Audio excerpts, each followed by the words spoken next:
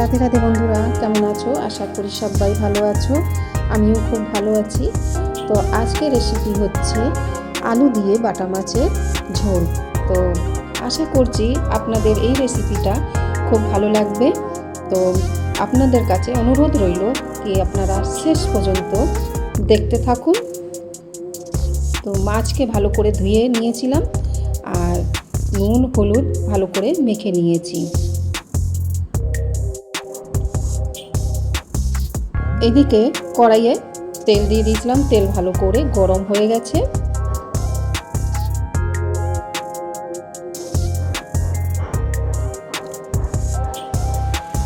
এবার একটা একটা করে মাছ দিয়ে দেব কড়াইতে,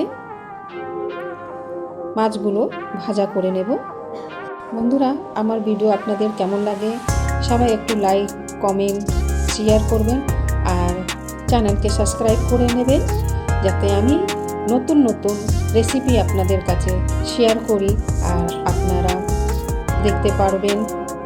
মাছগুলো এইভাবে লাল লাল করে ভাজা করে নেব।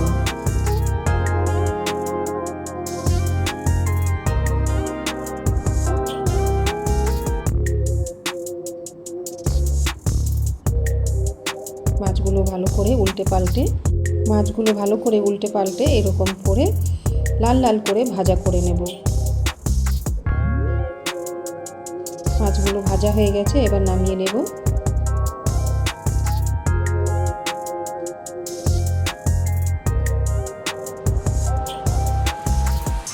কড়াইতে আর অল্প একটু তেল দিয়ে দেব।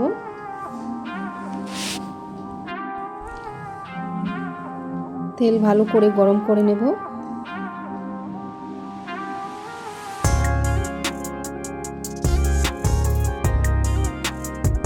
দিয়ে দেব কালো জিরে আর দিয়ে দিলাম কেটে রাখা আলু।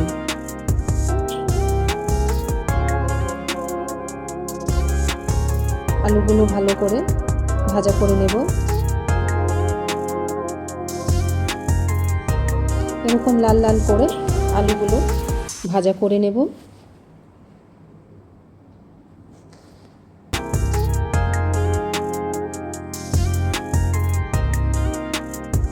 আলুগুলো ভাজা হয়ে গেছে, এবার দিয়ে দিলাম আদা বাটা।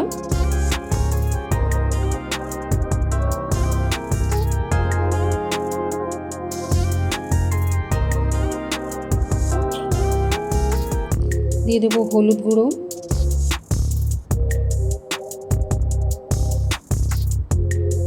আর দিয়ে দিলাম লঙ্কার গুঁড়ো।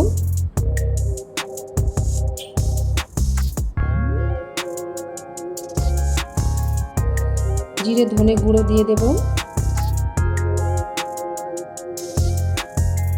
আর দিয়ে দিলাম স্বাদ অনুসার নুন আর অল্প একটু মিক্সার জার ধুয়ে দিয়ে দিলাম জল দিয়ে এবার মশলাকে ভালো করে কষাবো।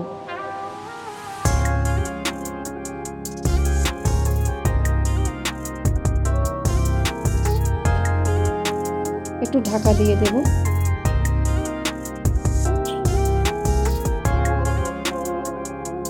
2 মিনিট পর ঢাকনাটা আগলা করে দেব, দিয়ে এবার মশলাকে ভালো করে কষিয়ে নেব।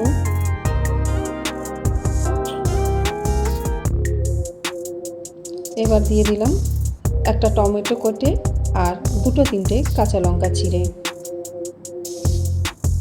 দিয়ে এবার ভালো করে মশলাগুলো কষিয়ে নেব।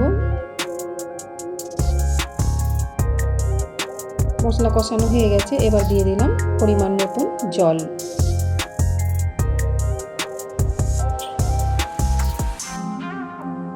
জল দিয়ে এবার ভালো করে ঝোলকে ফুটিয়ে নেব।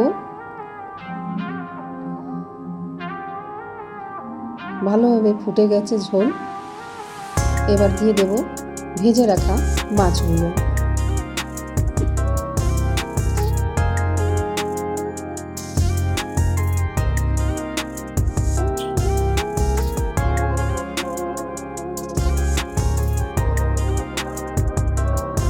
মাছ দিয়ে ভালো করে একটু নেড়ে চেড়ে নেব।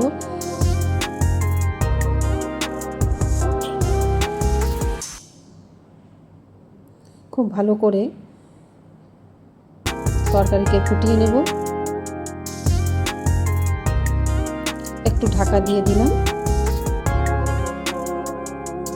5 মিনিট পর আগলা করে একটু তরকারিকে একটু ভালো করে নেড়ে চেড়ে একটু দেখে নেব আলু গলে গেছে কি না। তো আমার আলু ভালো করে গলে গেছে। এবার আমার বাটা মাছের তরকারি প্রায় রান্না হয়ে গেছে। এবার শেষে আমি দিয়ে দেব ধনেপাতা কুচি।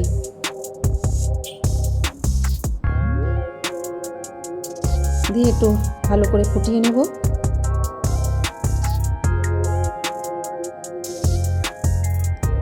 তো আজকে রান্না হয়ে গেল আমার বাটা মাছের ঝোল আলু দিয়ে, হালকা পাতলা বাটা মাছের ঝোল। তো বন্ধুরা, আমার রেসিপি আপনাদের কেমন লাগে সবাই একটু কমেন্ট করে অবশ্যই জানাবেন।